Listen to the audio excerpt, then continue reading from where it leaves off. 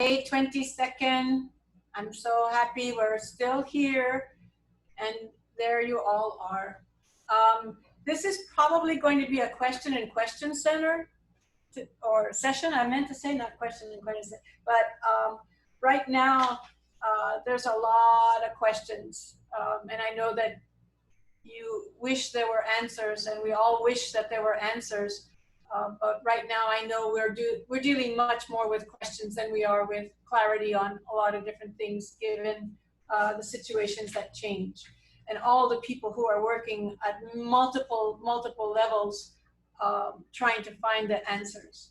So much of what I'll share with you is conversations that are going on at various levels. Not a whole lot of definitive answers at this point. And if you're looking across the national scene, you're seeing institutions very much all in the same boat, trying to figure out stuff. So we're still figuring things out, 90 miles an hour on the freeway, building the car. So I don't know if you guys were listening to NPR this morning, but the Hawaiian word for today is ho'omau, which means to continue, to persist, to persevere. I thought it was most apt to what we're all facing right now. We are in the middle of trying to figure things out, and we will persist and we will persevere, and we will have answers, but not all of them today. So let me share with you what I know, and then we'll open up to the deans and the vice chancellors to help catch you up on multiple things. So first of all, sort of system-wide conversations going on. Brian Pagotto, out of the UHCC, Associate Vice President for Administrative Services, Brian Pagotto is doing lots of research on guidelines for opening up campuses. So Governor Ige came out, I guess it was Monday, with his guidance for the state. The CDC put out guidance for higher ed opening, and Brian is looking at that to determine guidelines for us. The president, as I said to you before, has multiple working groups looking at 60,000 foot level. And they are also looking at those kinds of questions. Things about telework. Right now we're operating under COVID-19 and work from home. And that will continue as long as the COVID situation remains. Once we're no longer under COVID constraints and we're in a new normal, what is that going to mean for the university? Right now, the university does not have a policy for work from home. Will we need one after the COVID-19 restrictions are lifted? The system is also looking at online document flow.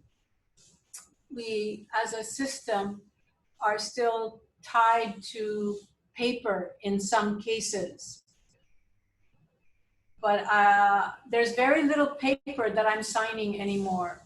Whatever paper forms we have are being scanned and are being signed digitally. But there's still no workflow. It's still, you know, file drop to me, I'll file drop to you.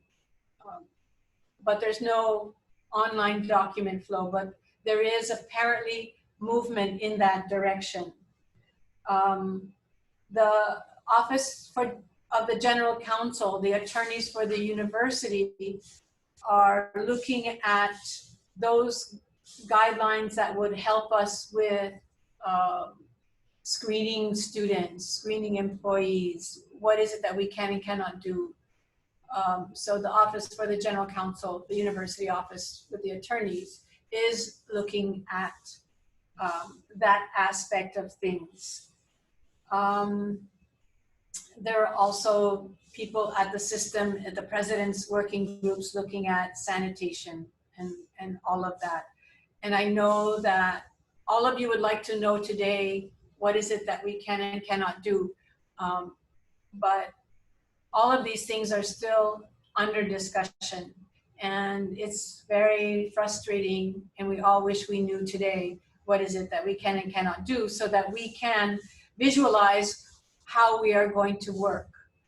As I've said, and as you know, what we know going forward, especially if you looked at Governor Ige's new normal, social distancing is still in play, facial coverings are still in play. What else is going to be going on, we're not really sure at this point.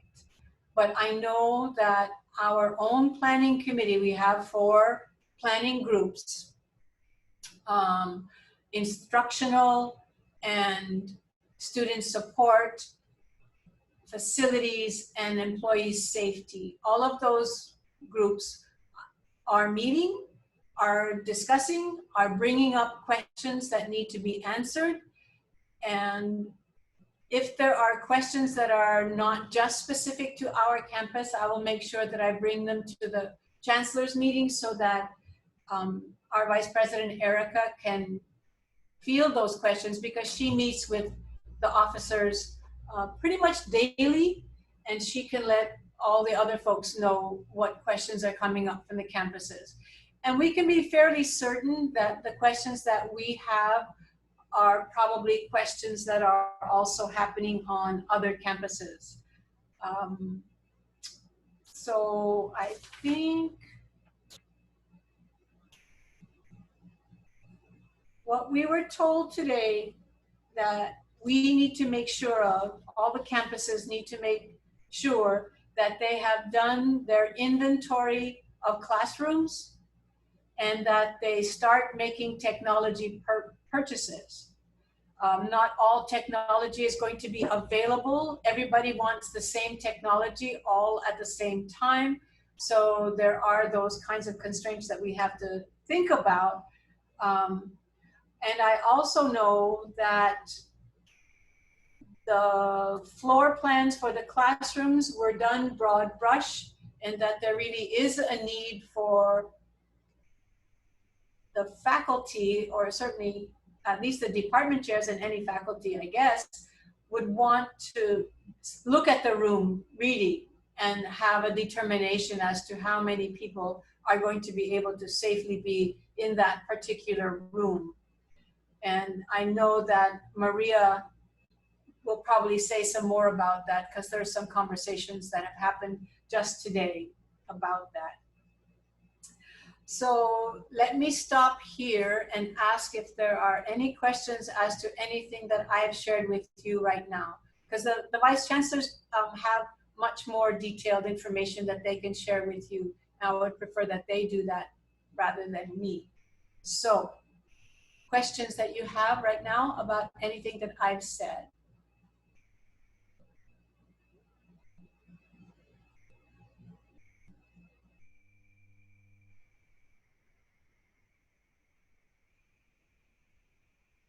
Okay, everybody a chance. You did, Dave. So I did, but at least 30 seconds, I think. This is, I know this relates only to those of us in CTE, but, and John Richards is well aware of this because we've had these conversations on several occasions, but personally, I'm finding the process of Perkins this time around to lack a transparency that I think we need. Right now, we're looking at phase 3 of Perkins money. There has not been an established deadline for when we submit our proposals for Perkins 3, nor is there an indication of when the decision would be made. So again, here we are almost in June. Most of these initiatives start July 1st, and the priority of these initiatives are to get ready for fall. So I'm not quite sure who we can light a fire under or why the decision process for vetting these request seems to be different this time around. Usually it's the CTE deans that will rank them and review them and prioritize them.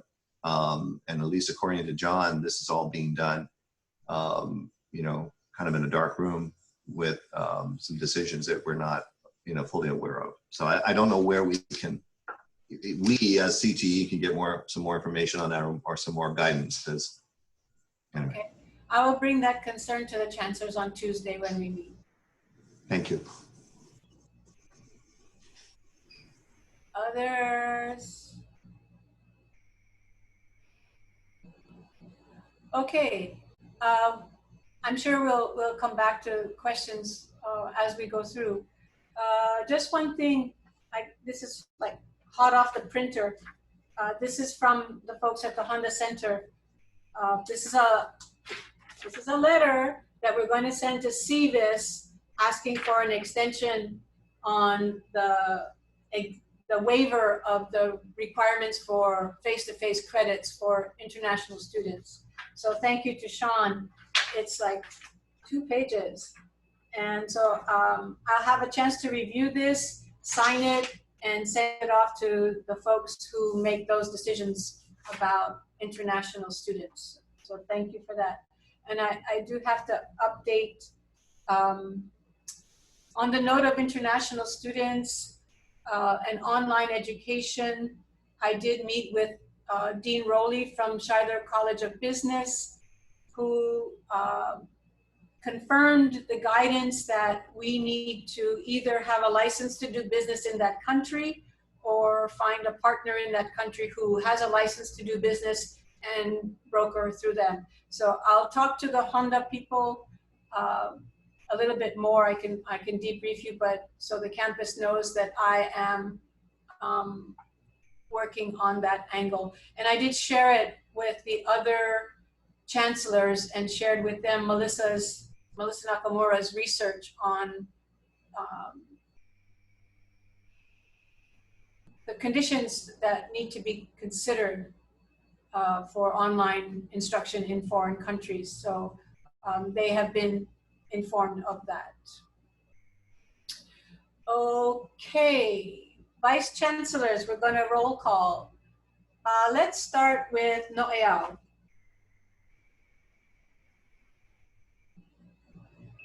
Okay. For the most part, not so much in the students. I'll just report back on the CCC for Student Services. We met this past week, and a lot of it is just kind of determining the purpose of the committee. So what it really is, what we're looking at, since Maria's group is looking at the instructional side in the classroom, we're really taking everything outside of the classroom and trying to come up with some guidelines as to what these services look like. So we're going to be taking the same approach as what that group did with the classrooms, really first determining which services have to be face-to-face. So within the student service arena, which ones have to be face-to-face. And a lot of them who have to be face-to-face are already in place, so it doesn't take much work there. The real determination comes in what can be offered online or through some kind of hybrid system. And again, with this, there's a lot of unanswered questions because we don't know what it will look like in the future if we are allowed to work from home. But I think this group is just making the assumption that things are the same, and we're going to try to make it the best recommendation just so that we have a plan moving forward, especially in the fall semester. One big... Mommy, is that dinner? But the one big thing that we kind of noticed that we're missing is really a piece of data from really the non-instructional faculty and staff, just to get an idea of how they're doing in terms of this whole work from home. So trying to get the pros and cons, because I know a lot of the surveys, especially done from the system level, really focused on students and then the instructional faculty. So what we're missing is everybody else's feedback from the department secretaries to, of course, the counselors, to the library staff, but to get an idea of how this is working for them so that we can use that to better guide our discussions when we're moving forward. So our group, in collaboration with the other committees, will probably put forward a survey, and this is just for our campus, just so we can get some feedback and we're kind of hitting on all the points and not making really broad assumptions for everybody. So again, that's really the first meeting. What we're going to start next doing is mapping out all the services across the campus. Every single service from the typical counseling, advising, tutoring, but also looking at spaces where students would also interact normally or get help. So looking at like the CLIA building where the department secondaries are located, where students would normally go there, to kind of make sure that we're not overlooking any other spaces on our campus where students would go, but to kind of make sure that we have a plan around that. So again, really broad, yet we're really trying to narrow down the focus, but that's where we're at right now with our committee. Questions?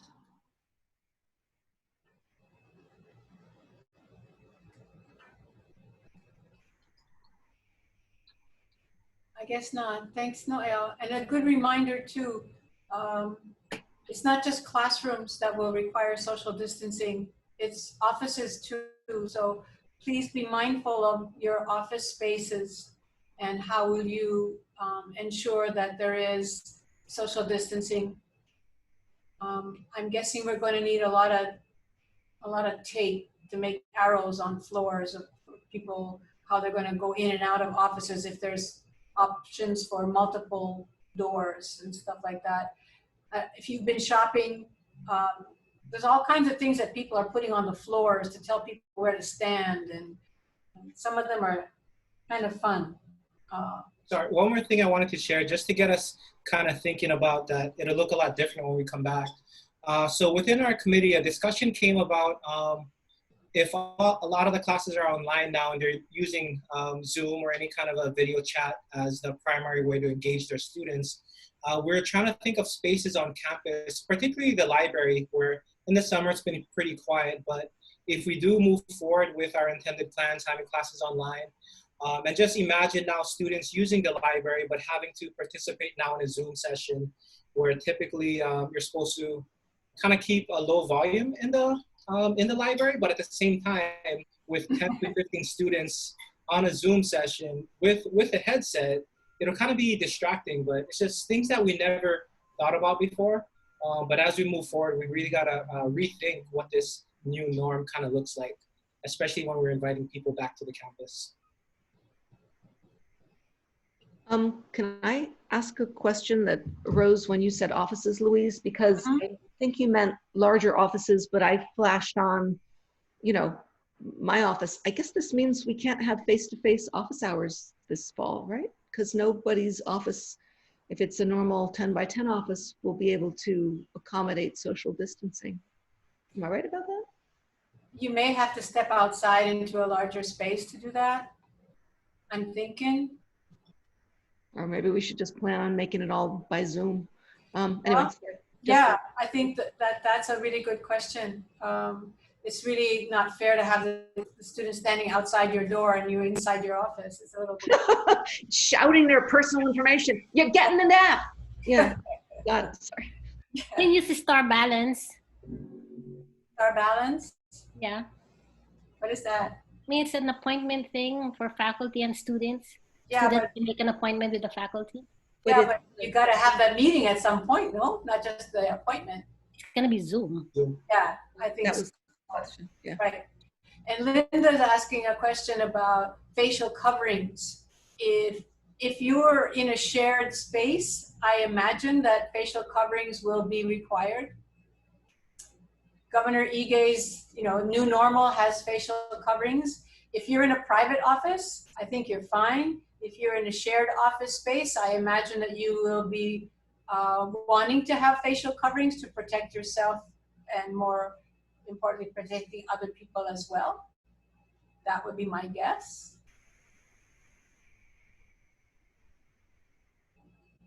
Other questions from Noel?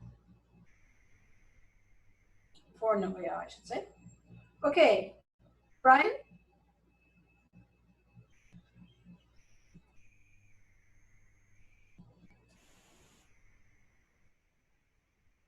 Brian. If you're talking, you're muted. Maybe he's on the phone.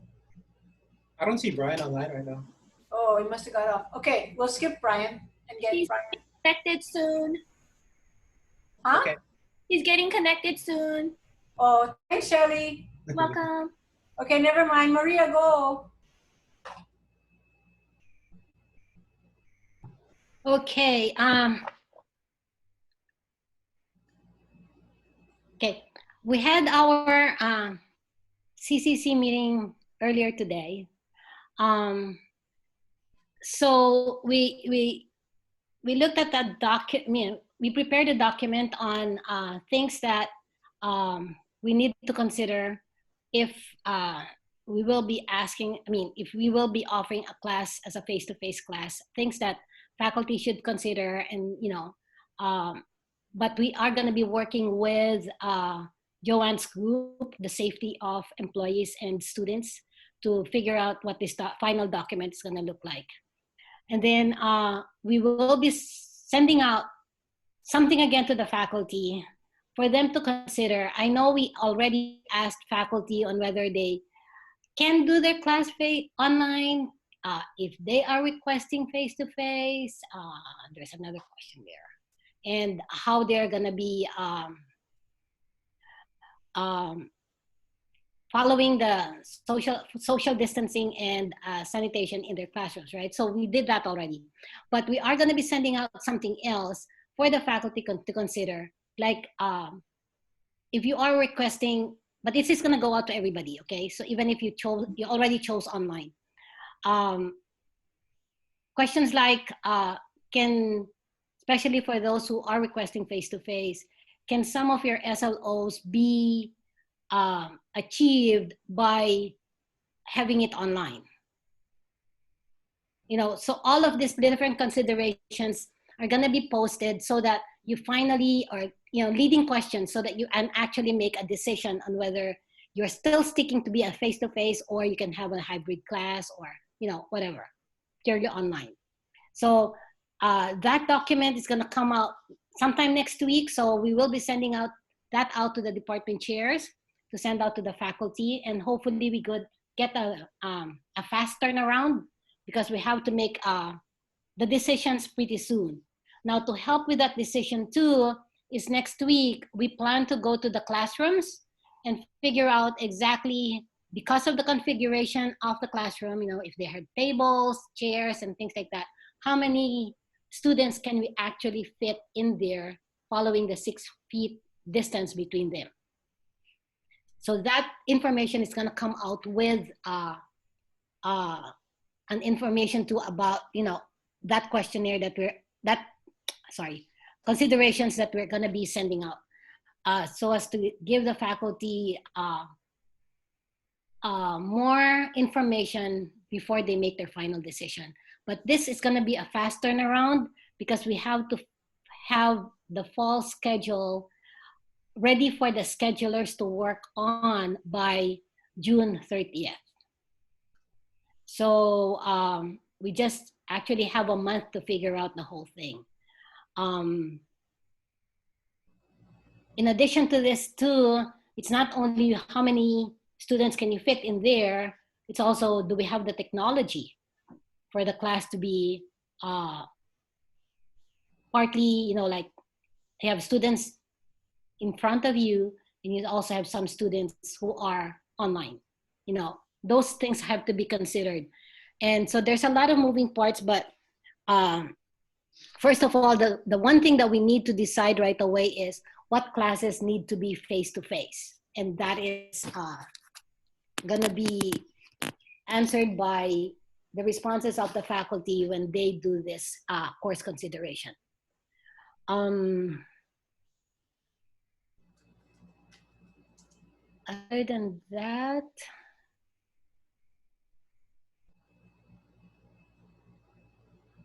okay,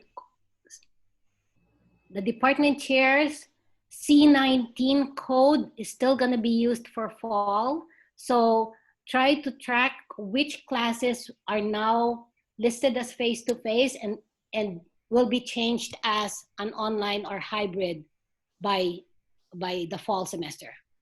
right, for the fall semester offering. So all of those classes should have the C19 code. This was what we did for spring 2020 when all our classes went online. So for this time now, we already have classes that are online, so those are fine. The ones that are listed down now, where the students already registered as a face-to-face, if those things will change, then they will need the C19 code. I think that's all I have for now. Maria, Yes. can I ask a question? I just wanted to confirm, we do have classes that are now hybrid and face-to-face that we can move to online, but we were told not to make any changes yet. I just wanted to confirm that we don't want to make changes yet, because I want to move forward with it if it's going to avoid a bottleneck. But I understand that there's different codes that are coming up, so it's easier on registrar and the administrative support. Is that correct? Yes, that's Okay. correct. So we will not make any changes. Okay. Yeah, so hold off. Just note down which classes these are, because we will, the codes are going to be coming up depending on what kind of combinations you will be having. So I guess, sorry. so I guess the idea is that, so we don't have to disenroll and re-enroll. We're trying to find an efficient way to just change it. Is that the plan? Yes. Okay, great. Wonderful. Thank you so much. Okay, thank you. Okay, a couple of questions have come up since you were talking, Maria. From Tony Silva wants to know when we can expect the definitions of all of the various delivery modes. I don't know. we're coming up with the different delivery modes, but then now when you just say hybrid, there's also a lot of combinations of hybrid that are coming out too. So basic definitions, I think we should be coming up with that one soon, but I do not know exactly when. But for the scheduling part, the one that Lori was referring to, there are different combinations of hybrid, and depending on the combinations, different codes will come up. But I do not exactly know when the final definitions of all the different, things are coming out. Basically, I think we only have either face-to-face, online, and hybrid. I don't see anything else that is actually going to come out. But never know, it might change tomorrow. We're all hoping to see that. Yeah. I just got a message that Brian has to be taking care of the parking lot. We are having, as you know, a drive-through nursing pinning ceremony that starts at 2 o'clock. So he's had to leave to go and take care of setting up the parking lot to make sure that they can do that efficiently. So I apologize for him. But Brian is also meeting with the facilities group, and I know that a number of questions have come up through that group. Some of them not necessarily related to facilities, but still yet very important. And one of those is about communication. There are some concerns that important information is not reaching everyone on the campus, because not everyone on the campus is attending these Zoom meetings, and not everyone on the campus is going to the website where the notes are, or the recording of these sessions. So I'll be talking to the ELT about how we can make sure that the very important parts, because every second of this is important, but making sure that some of the most salient information gets out to everyone on the campus. So that came out of that group. Yes, Maria? I have another one, I'm sorry. Oh, sorry. Professional development. Oh. Professional development, the announcement came out. Now I also asked the chairs to send out information about the faculty-led, discipline-led faculty development. So I have been receiving several questions about that one. If you are interested, there is a document, yeah, for signing up, put your discipline, or also put the class that you're actually interested in. And if you know your peers who are teaching the same class, then maybe ask them to sign up too, so that you all can work together during the summer for this professional development. It's gonna be, you are gonna be driving the bus, you're gonna set up your goals and deliverables at the end of this professional development. So you can be working on modules that, you know, of concepts that you will be using for your online class or your hybrid class, or, you know, whatever modality that you're gonna be choosing.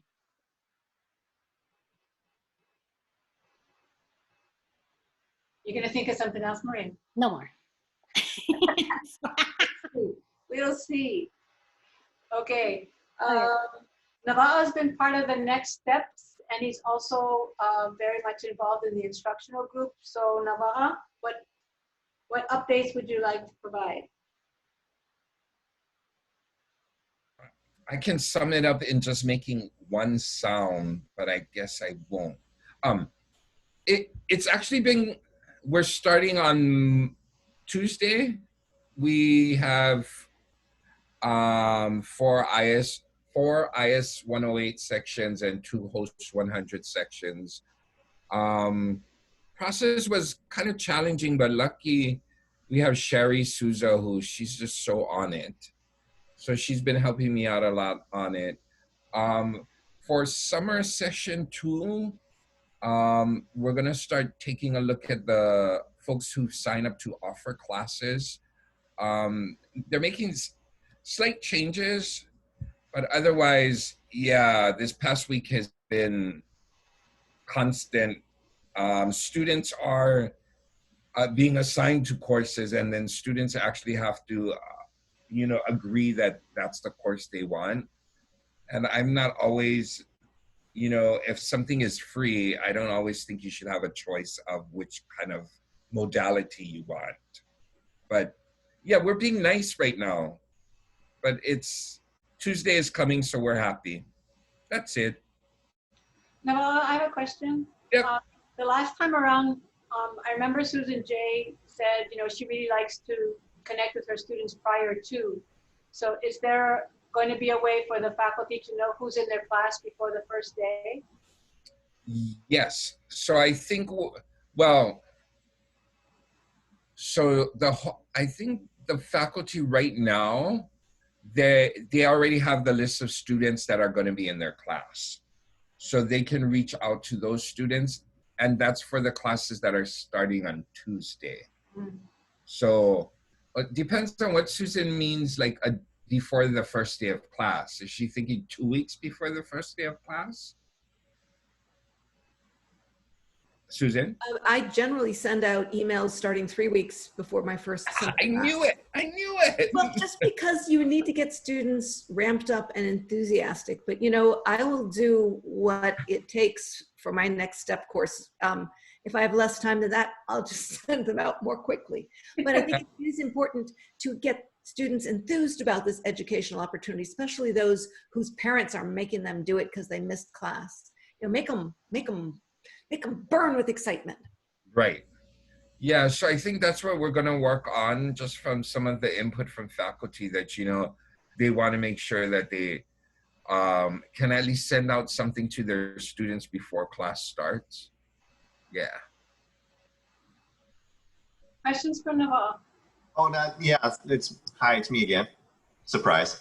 And not a question, but I did want to take a moment just to thank Navaa for all of the cat herding he's been doing over the last couple of weeks, and which has resulted in a number of really late night emails and early morning emails, and trying to tie all the pieces together. So thank you, Navaa, for putting up with us and all the questions that we have. But I'd also like to take a moment, Sherry too, thank you, Sherry, if you're on the Zoomer with us.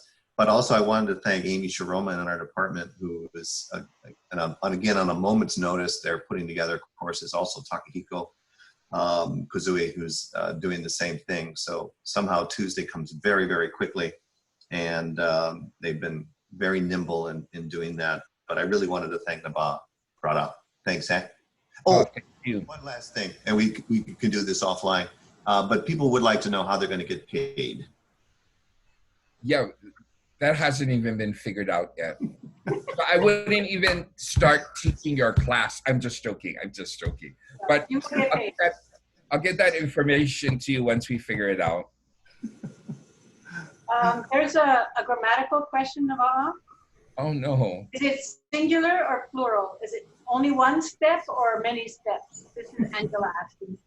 Sherry, Shiana, I'm going to say it's next step because we're only going to provide you with one step. You got to take the next steps.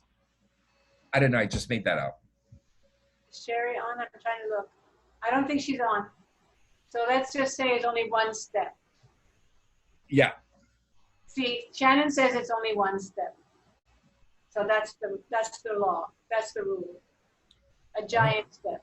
Calvin, you're so eager to be on this chat. I don't believe you. It's like you always got something to say. How you doing? Doing okay, Calvin? Okay. John Richards. Hey, everybody. I'm sorry. Go ahead, John. Well, I was going to say I don't have any additional updates to give you after the additional updates that we've received. It's a nice holiday weekend. Everybody enjoy it. Thank you. That's right. There's a question I cannot answer, Sheila. If the parking, more parking will be made available because there may be some students coming on campus to finish off their spring 20 classes. I'm not sure about that. If there's anybody on the call who knows about it, then I'll make a note though, Sheila. I'll get you the answer. I mean, I don't have an answer, but like with the Office of Student Activities who are open this week because of summer bus passes and IDs, Brian just told him to work with him and security just so they know that the students are coming, but I'm not too sure about actually opening up certain sections. But I know he wanted to communicate to the security that more students would be expected on campus. Okay, I'll make sure that that gets there. Okay, let's see. Okay, Lisa? Hello. Related to the previous question, I know we've been working with Brian to provide him updates for courses that are to be completed from spring that include the days and times of the week that they'll be here. So I do believe that his team is aware of when students will be coming and will probably open and close and move barriers based on that plan, because we are still trying to keep the campus closed to only serve faculty and students at this time. So I do believe they're still going to try to keep things closed as much as they can, but he does have that plan for each of the programs that are going to be bringing students back. So I would verify, but I think that's probably the plan. With regard to health specifically, securing PPE for our on-ground laboratory courses that will be required. I'm still working feverishly to secure PPE. I've kind of expanded my reach and asking to different groups, and I actually now have someone from UH who has contacts in Taiwan trying to see if we can get our hands on some PPE. And the problem is all the agencies locally are prioritizing hospital needs above education. So that's proving to be a bit challenging. So we continue to reach out to different avenues to secure PPE where we can. And hopefully we'll be able to provide a little bit more guidance with regard to what should be expected. We have the plan that will be used at many of the hospitals now. So using that as our framework, we'll try to model that on campus as well. And then the only other announcement is, of course, the nursing pinning ceremony. So if you're on campus and you care to cheer them on, if you would like to, at the end of this meeting, walk up to parking lot A outside of Capico and stand 6 feet apart and clap, that would be awesome. You said there's a question, what kind of PPE are you looking for? I'm securing everything from gloves to level 1, 2, 3 masks. N95 masks are almost non-existent. We even have a problem. The N95 masks require a fit testing kit to ensure that they fit properly, and those are on back order. Many of the areas that do provide that fit testing can't get those fit test kits. And then we're also securing, the disposable gowns and gloves and shoe covers and everything. You want to talk to Sai Feng, looks like. He just says alumni, KCC alumni in China are selling PPE. And Joe Okay. is going to show us a whole bunch of masks he's got in it. Awesome. If you need them, Joe's got them. Yeah, and of course with our health programs, that's amazing. We need hundreds of them, if not thousands in some cases, because the number of students that we have coming and planning for fall, and we're year-round programs, so we have summer as well. So it's proving. So yes, if you know of anything, by all means, lradic@hawaii.edu, please let me know. Thank you. Okay, questions for Lisa?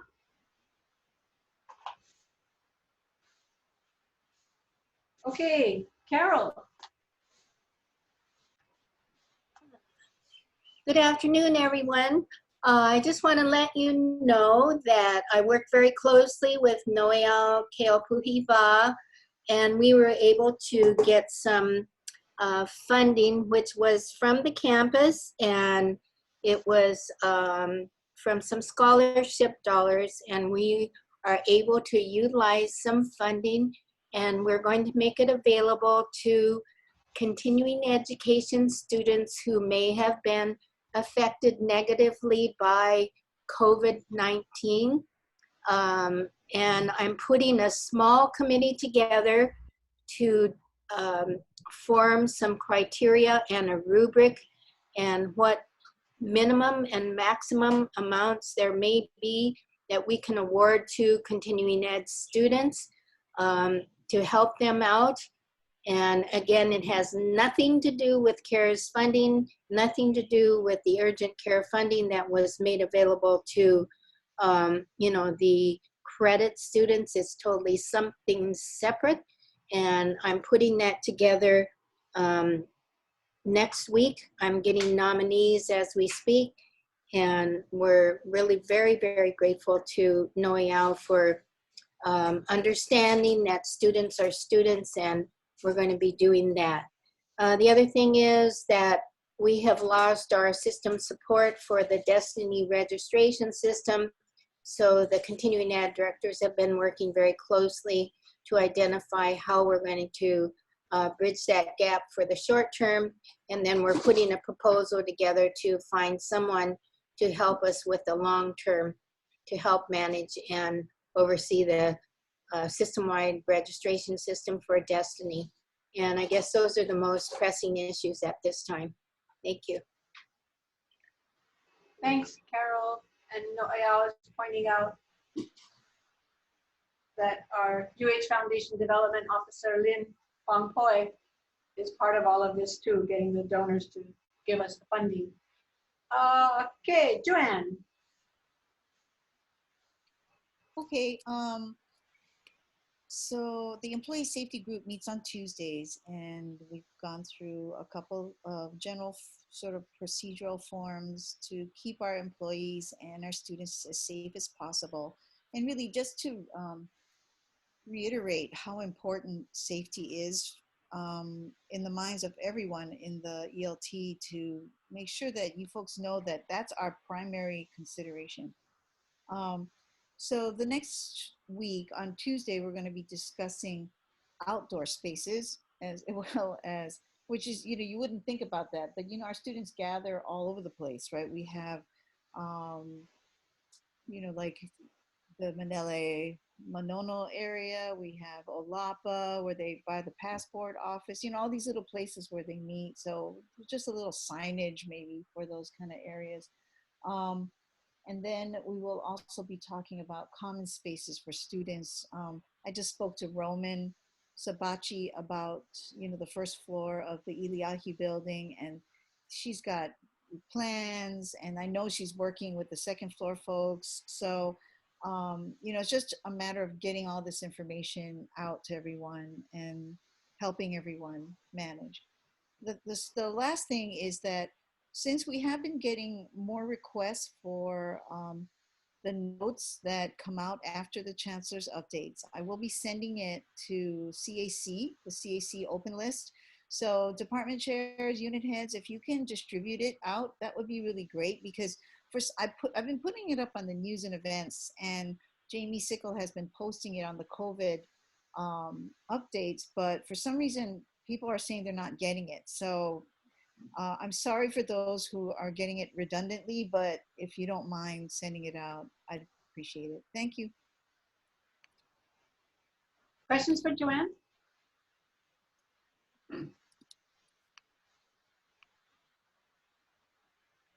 Hearing none. Carl Mitchell, I know that there's important things you want to share. Yeah, good afternoon, everyone. We've been getting reports from people out in the field that those using the free Zoom account are now being cut off after 40 minutes. After some initial investigation, it looks like Zoom has re-implemented the 40-minute limit for the free Zoom accounts. So for those of you who need a Zoom Pro account, especially going into summer session 1, which starts next week, send an email to Helen Torigoy or Joy Shirokane, and we'll get you a Zoom Pro account. Moving into the fall, we are working with ITS to negotiate having ITS assume control and distribution of all Zoom Pro licensing moving forward. And that's thanks primarily to Helen Torigoy. Questions for Carl?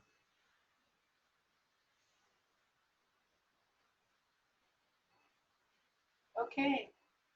Anyone in the 109 people would like to share a thought?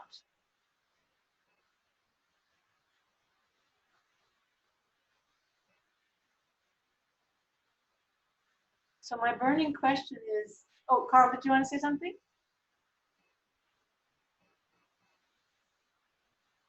I see the yellow rectangle around your picture. Oh, no, I'm done. Okay. Burning question is, Susan J., you respelled your name. Why is that? Now you've got the R in 2 places.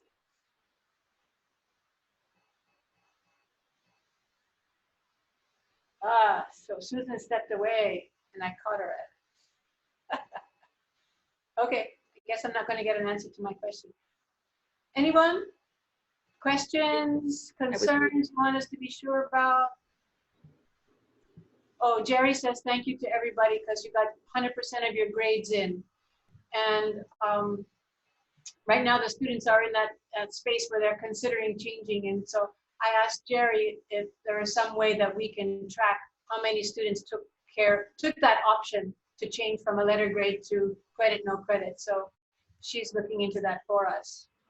I have an answer for Mickey Crutchfield. Okay. Her question has to do with increasing internet access outside of buildings. And her specific concern is to provide advising appointments outside the buildings. I was not going to mention this until I had a better sense of what was possible, but CELT is currently exploring expanding wireless coverage to areas outside of buildings, close to the buildings, not in the middle of the grass field, not in a parking lot right now, but close to the outside of buildings where a lot of students tend to hang out. So this includes areas such as the Ilima courtyard area, the Iliahi courtyard area outside of Subway, and other areas around important buildings. But basically, we're still investigating. We'll find out what we can actually accomplish with the time we have and the resources available. But yes, we are investigating. Thanks, Carl. Anyone else like Maria? Is there anything else you thought about in the meantime? No, I would just ask the faculty to respond to that thing that we're going to be sending out next week as soon as possible, please. Okay. Anything? 9-monthers, you got to keep up with your email. Yes, thank you, Susan. As we kind of said before, we know the 9-month faculty contracts have ended, but the work does continue, and we do need your input on many things. And so Susan is absolutely right. Please keep up with your email. You'll be seeing all kinds of things there, and you're always welcome to come into the Zoom meetings at 1 o'clock on Wednesdays and Fridays in the foreseeable future. We'll keep doing this to make sure that we can share whatever questions are being asked and whatever directions are being set. I imagine that as we get closer and closer to June 30, when schedulers will have an opportunity to make all the changes necessary to make the fall 2020 schedule accurate, things will start, I'm hoping things will start to solidify. We'll get answers to the questions that you have. And I know it's really difficult right now to be monitoring every day what's changing, what's different.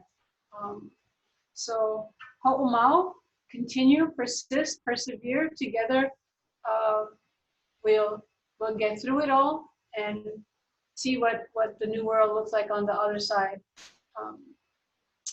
I wish you a wonderful holiday weekend. I hope that the extra day off will give you some time to, just replenish. It's very difficult to do this constantly being not sure of things. So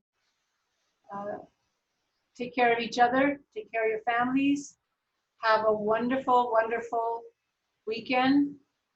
And come Monday, summer session starts, and we won't even know it happened because there won't be that many people on the campus anyway. Have a great time, you guys. And we'll see you next week, Wednesday at 1 o'clock. Bye, everybody.